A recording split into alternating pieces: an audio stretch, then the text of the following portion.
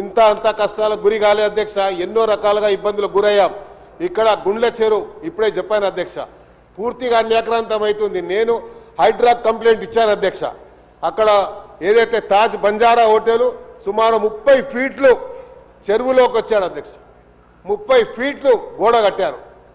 I brought to the notice of Hydra, but they have not initiated any action till today. Unfortunately, ఈ మాట చెప్పాల్సి వస్తుంది అధ్యక్ష. ఎందుకంటే మనం పొల్యూషన్ మీద మాట్లాడేటప్పుడు ఆ గుండ్ల చెరువు కూడా అధ్యక్ష, అక్కడ ఉన్నటువంటి కింది బస్తీల వాళ్ళకు డ్రింకింగ్ వాటర్ తాగేవాళ్ళు అధ్యక్ష, ఫ్రెష్ వాటర్ వచ్చేది దానికి. కానీ ఆ బల్కాపూర్ ఆ నాలా నుంచి ఆ నాలా అంతా డైవర్ట్ అయ్యి దానికి, కానీ ఆ బల్కాపూర్ ఆ నాలా నుంచి ఆ నాలా అంతా డైవర్ట్ అయ్యి దీంట్లోకి వచ్చి ఆ నాలా నుంచి దీంట్లోకి వచ్చి ట్యాంక్ బండ్కు ఒక పక్కన ఇక్కడి నుంచి మురికి నీళ్లు, అక్కడి నుంచి కెమికల్ వాటర్, రెండు కూడా మరి రెండు రకాలుగా అల్టిమేట్లీ ఇది వచ్చి ఖైరతాబాద్లోనే ఉంది అధ్యక్ష. ఈ చెరువు ఖైరతాబాద్లో ఉంది, ట్యాంక్ బండ్లో ఉంది, స్వచ్ఛమైనట్టు వాటర్ ఉండే. మరి మనం చూసినట్టయితే మా పద్మావతి అక్క ఉంది, ఆమెకు తెలుసు. మేము స్విమ్మింగ్ చేసేవాళ్ళు, నేను వాళ్ళ భర్త ఉత్తమ్ కుమార్ రెడ్డి గారు మంచి స్విమ్మర్స్ అధ్యక్ష. మేము చేసేవాళ్ళం. కానీ ఇప్పుడు ఏంది అధ్యక్ష, ఏడ చేయాలి స్విమ్మింగ్? మేమంటే చేస్తాం, ఏదన్నా పూల్లో క్లబ్లో పోయి స్విమ్మింగ్ చేస్తాం. గరీబ్ పిల్లలు ఎక్కడ పోవాలి అధ్యక్ష? ట్యాంక్ బండ్లో స్విమ్మింగ్ చేసేవాళ్ళం అధ్యక్ష. I'm not joking. మీరు అడగండి అధ్యక్ష, ఎవరిని అడగండి. నిజంగా ట్యాంక్ బండ్లో అందరు స్విమ్మింగ్ చేసేవాళ్ళు, మత్స్యకారులు చేపలు పట్టేవాళ్ళు. ఇక మా తమ్ముడు వచ్చేటోడు ఆడికి నా దగ్గరికి చిన్నగా ఉన్నప్పుడు ఖైరతాబాద్కి వచ్చి కూర్చుంటుండే మా దగ్గర వచ్చి, మేము స్విమ్మింగ్ చేస్తుంటే. మరి ఈరోజు ఏం సార్ మా పరిస్థితి? మేమంటే ఎలాగో బయటకు వచ్చాము, మా పిల్లలు రాబోయే తరాలు, అక్కడ ఉన్నట్టు పేద ప్రజలు, అక్కడ ఉన్న మత్స్యకారులు, అక్కడ ఉన్న యాదవులు బర్రెలు కడుక్కునే వాళ్ళు అధ్యక్ష. అందులో కడుక్కొని వాళ్ళు పక్కకు పోయి మరి దొడ్లు పెట్టుకొని ఇచ్చేసేవాళ్ళు. అదేవిధంగా మరి చాకలి వాళ్ళు అధ్యక్ష మొత్తం అక్కడ ఉండి ఆ కార్నర్ పట్టు బట్టలు ఉత్తుకొని కొన్ని వేల మందికి సాయం చేసేవాళ్ళు. అందరి జీవనాధారం పోయింది అధ్యక్ష. టోటల్గా వాళ్ళ జీవనాధారం పోయి ఈరోజు మొత్తం నిర్వీర్యం అయిపోయింది. టోటల్ ట్యాంక్ బండ్ కలుషితం అయిపోయింది అధ్యక్ష, పొల్యూటెడ్తో నిండిపోయింది అది.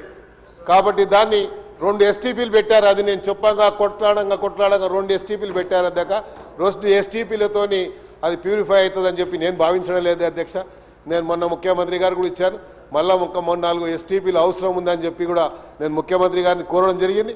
అదేవిధంగా అధ్యక్ష, ఈరోజు ఏ రకంగానైతే కొడంగల్లో మరి ఊరూరున గ్రామ ఇంటింటిన మరి ప్రతి రైతుకి మరి సోలార్ ప్యానెల్స్ పెట్టించి మరి ఒక రోల్ మోడల్గా ఉందో, అదేవిధంగా తెలంగాణ మొత్తంలో కూడా అలాగే స్కీమ్స్ రావాలని ముఖ్యమంత్రి గారి డ్రీమ్ ఏదైతుందో, ఐ హోప్ సార్ డెఫినెట్లీ ముఖ్యమంత్రి గారి డ్రీమ్ విల్ కమ్ ట్రూ.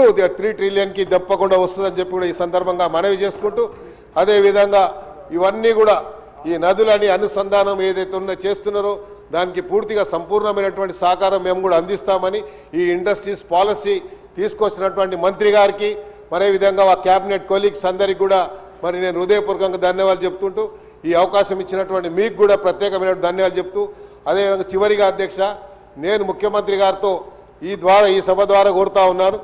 ఏదైతే దీన్ని వార్ పుట్టింగ్లో అనేవాళ్ళు అంటూ ఉంటారు అధ్యక్ష, చెప్పేవాళ్ళు చెప్తా ఉంటారు. మీ విజన్కి ఏదైతే ఆలోచన ఉందో దీనికి సంపూర్ణమైనటువంటి సహకారం మొత్తం తెలంగాణ ప్రజల తరఫున ఉంటుందని కూడా నేను కూడా భావిస్తూ ఉన్నాను. జీవనదులు మా తమ్ముడు మళ్ళీ రీట్రేట్ చేయమంటాడు అధ్యక్ష.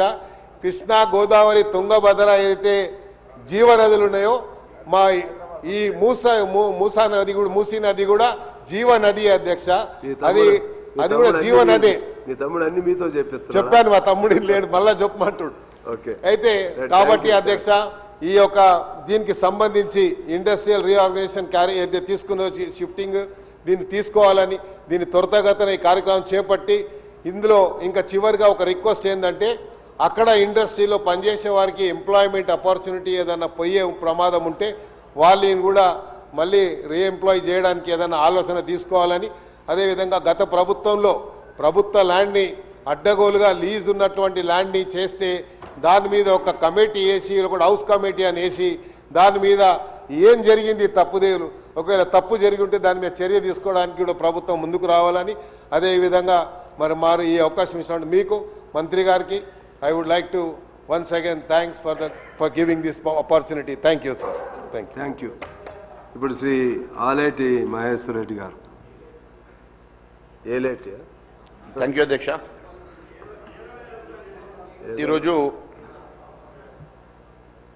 గౌరవ ఎల్ఏ మంత్రి గారు సుదీర్ఘమైనటువంటి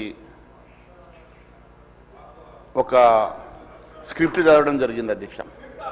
మొదటిసారి నా మిత్రుడు చాలా ఆవేశంగా ఫ్రస్ట్రేషన్లో ఈరోజు ఆ స్క్రిప్ట్ చదవడము నాకు చాలా బాధగా ఉంది అధ్యక్ష. ఎందుకంటే నాకు చిన్నప్పటి నుంచి తెలుసు, ఆయన మనస్తత్వం తెలుసు. ఈరోజు ఆయన ఆవేశపడతా ఉంటే, ఫ్రస్ట్రేట్ అవుతూ ఉంటే, వారు ఇచ్చినటువంటి అబద్ధం స్క్రిప్ట్ చదువుతూ ఉంటే పాపము చదవలేక చదివాడు కాబట్టి నేను వారికి నా సానుభూతి తెలియజేస్తా ఉన్నాను అధ్యక్ష. ఈరోజు కాలుష్య పరిశ్రమలను ఓఆర్ఆర్ అవతలకి పంపడానికి ప్రభుత్వం ఒక హిల్ట్ పాలసీ తెచ్చామని చెప్పారు అధ్యక్ష. నేను అనేక సార్లు దీని మీద మాట్లాడాను, దీని మీద పవర్ పాయింట్ ప్రజెంటేషన్ కూడా ఇచ్చాను. మరి బహుశా నా మిత్రులు, నా తోటి ఎమ్మెల్యేలు కూడా బహుశా చాలామంది చూసుంటారు. అనేకమైనటువంటి అంశాలు ఈ ప్రభుత్వాన్ని ప్రశ్నించాను అధ్యక్ష. కానీ ఏ ఒక్క దానికి నాకు సమాధానం రాలేదు. కానీ వారు చెప్పాలనుకునేటువంటి అనేకమైనటువంటి అంశాలు నేను విమర్శించాలని నేను మాట్లాడడం లేదు అధ్యక్ష. నేను వాస్తవాలు, ఎందుకంటే మీకు కూడా అర్థం కావాలని చెప్తా ఉన్నాను. ఎప్పుడైనా కూడా ఇండస్ట్రియలైజేషన్ జరగాలని ఎవరైనా కోరుకుంటారు.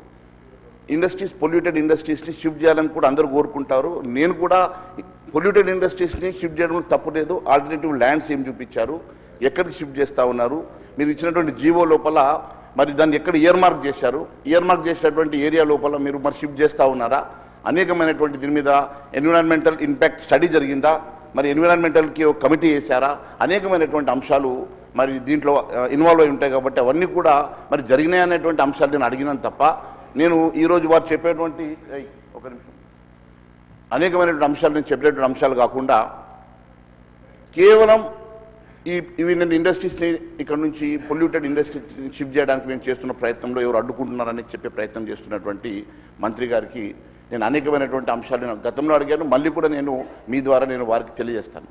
ఎప్పుడైనా సార్ పొల్యూటెడ్ ఇండస్ట్రీస్ని షిఫ్ట్ చేయాలని ఆలోచన చేసినప్పుడు దానికి మరి కమిటీస్ వేయడము, సబ్ కమిటీ వేసామంటున్నారు. మరి సబ్ కమిటీ ఎప్పుడు వేశారో, మరి ఎవరెవరు సబ్ కమిటీ మెంబర్స్ ఉన్నారు, ఏ డేట్లో చేశారు, ఎన్నిసార్లు మీటింగ్ జరిగింది, ఎంతమంది ఆఫీసర్స్ దాంట్లో మరి ఉన్నారు, ఎంతమంది ఆఫీసర్స్ సంతకాలు చేస్తారు, ఇవన్నీ నేను లోతులకు వెళ్ళడం లేదు అధ్యక్ష. సరే మరి వేశారని నిజం చెప్పిన అబద్ధం చెప్పిన నేను దాన్ని యాక్సెప్ట్ చేస్తాను నేను. కానీ ఆ జీవో లోపల కూడా